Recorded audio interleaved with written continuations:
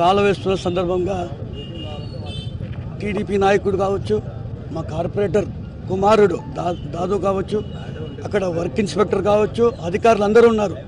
ఏదో road winding సంబంధించి TDP జెండా ఉంది, అది కాలకు అడ్డం ఉందని చెప్పేసి తొలగించాలని చెప్పేసి జేసీబీ ద్వారా తొలగించడం జరిగింది. అక్కడ టీడీపీ నాయకుడు ఉన్నారు, అదేవిధంగా వైసీపీ మా కార్పొరేటర్ వాళ్ళ అబ్బాయి దాదు కూడా ఉన్నాడు.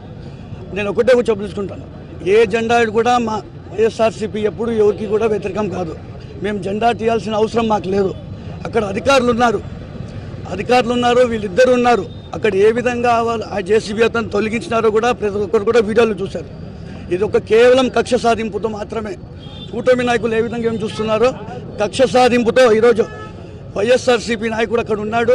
వాళ్ళకి ఇబ్బంది పెట్టాలా, ఒకరికి ఇబ్బంది పెడితే వేరే వాళ్ళు ప్రశ్నించారు, వేరే వాళ్ళు పైకి ఎగరరు అని చెప్పేసి ఏదో ఒక రకంగా ఇబ్బంది పెట్టాలని కూటమి నేతలు ఈరోజు వివరిస్తున్న విషయాలు కూడా ప్రతి ఒక్కరు గమనించాలా.